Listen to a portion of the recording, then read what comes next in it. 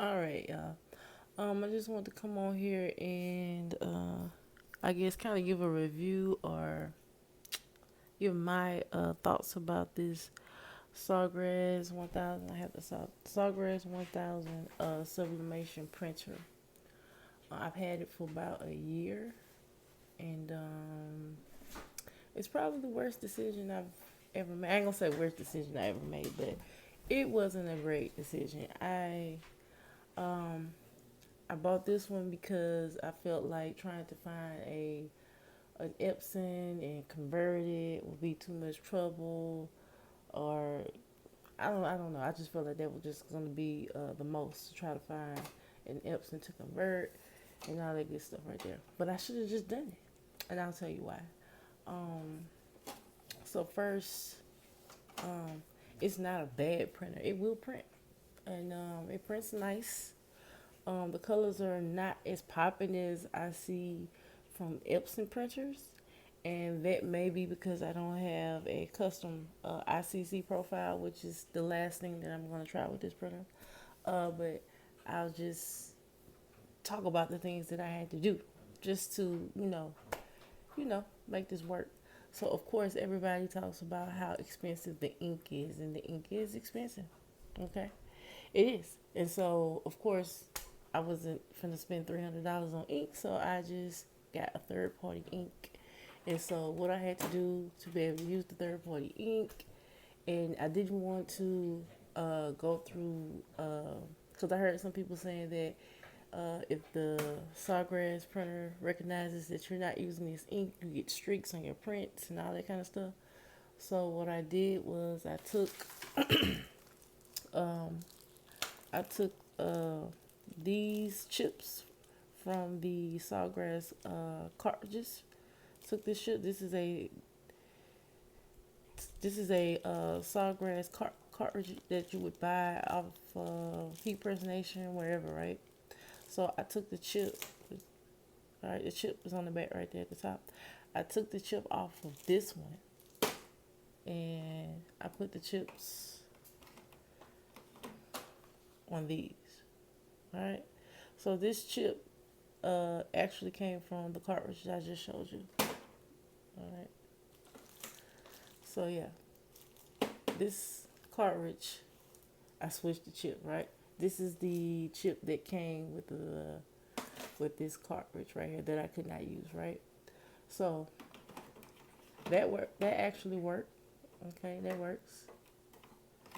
All right. So I did that for all four colors. Um. So hold up.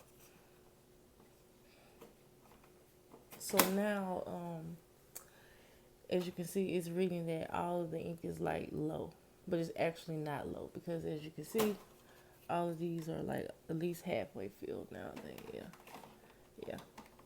So they're like at least halfway filled, all of them. Um,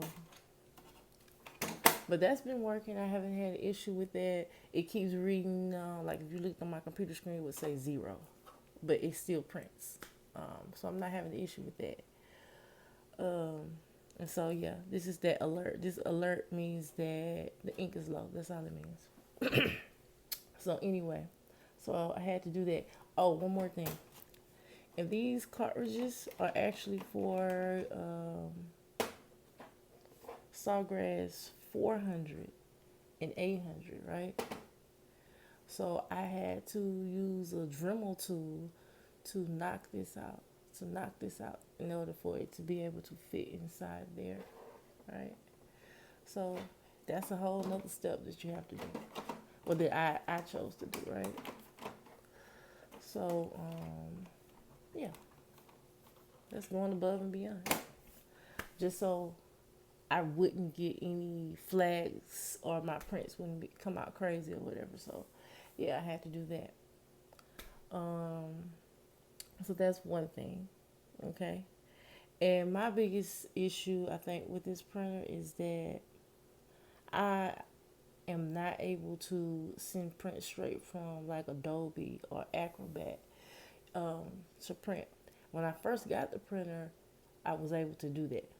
I don't know what happened. I don't know if I hit the update or what I did, but I don't know if I hit the update on for the Sawgrass, but I was after like I want to say a couple times I was not able to send prints straight to this printer from Adobe or Acrobat or something like that.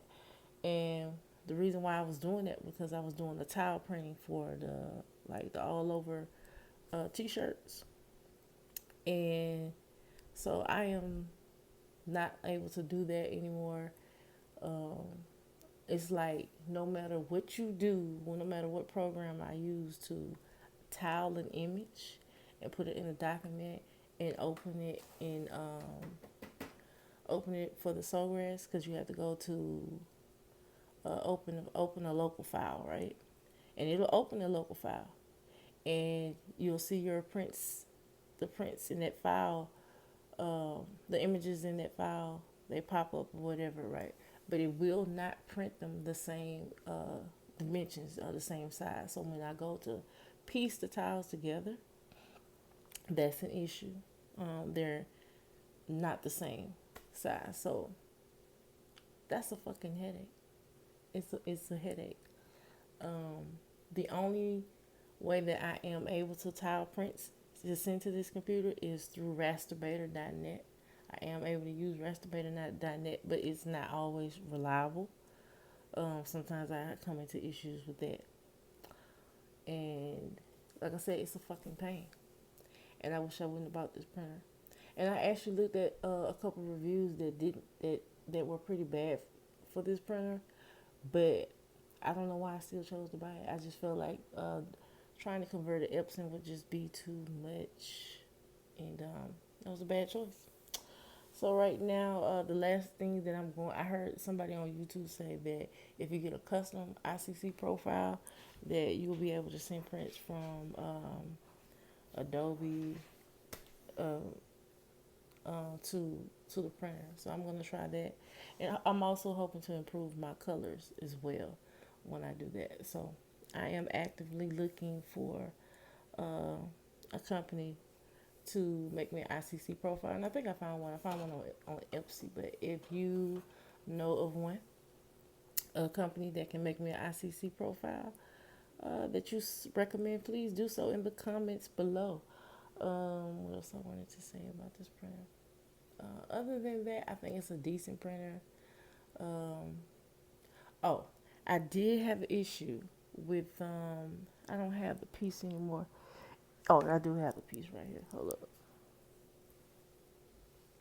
So when I first got the printer, I don't know, and it was brand new. I bought this brand new. When I first got the printer, this piece was out like halfway hanging on or something like that. Um, Way in there. It was actually on this side, but it was like right in that corner right there, and it was stopping the paper from coming out correctly, and so I just had to take this shit off. Like I don't know what the fuck this is supposed to do, but I just took it off. So that was another issue. Like that should have been my sign right there to send this motherfucker back, but I didn't. So yeah, that and I would just do not buy one of these printers. Just get you an Epson, because that's what I'm gonna do eventually. Uh, when I'm able to sell this shit.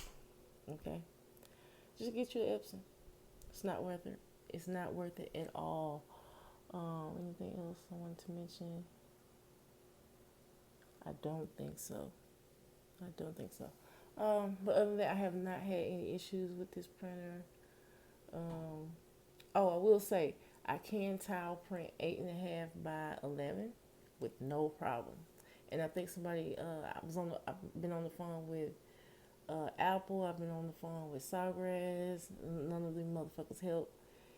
Nothing they try to do helps. But it's something about Apple, no, SAWGRASS not having the correct drivers for an Apple computer, because that's another thing. And I have an Apple computer, a laptop that I'm using with this printer, and it's something about the 13 by 9 drivers won't work for Apple computers or some shit like that. And I've been doing some research about this printer in Apple. Well, sublimation printers, period, in Apple. It's not recommended. It's recommended to use Windows for whatever reason. So I'm thinking about just getting a cheap laptop as well to see if that problem can be fixed. Because I don't know if it's just the Apple computer or what. But anyway, if anybody have any advice or suggestions, please leave it in the comments below. I would appreciate it. And as of right now, my suggestion is to not buy a SAWGRASS printer. Just get you an EPSON. And thank you for watching.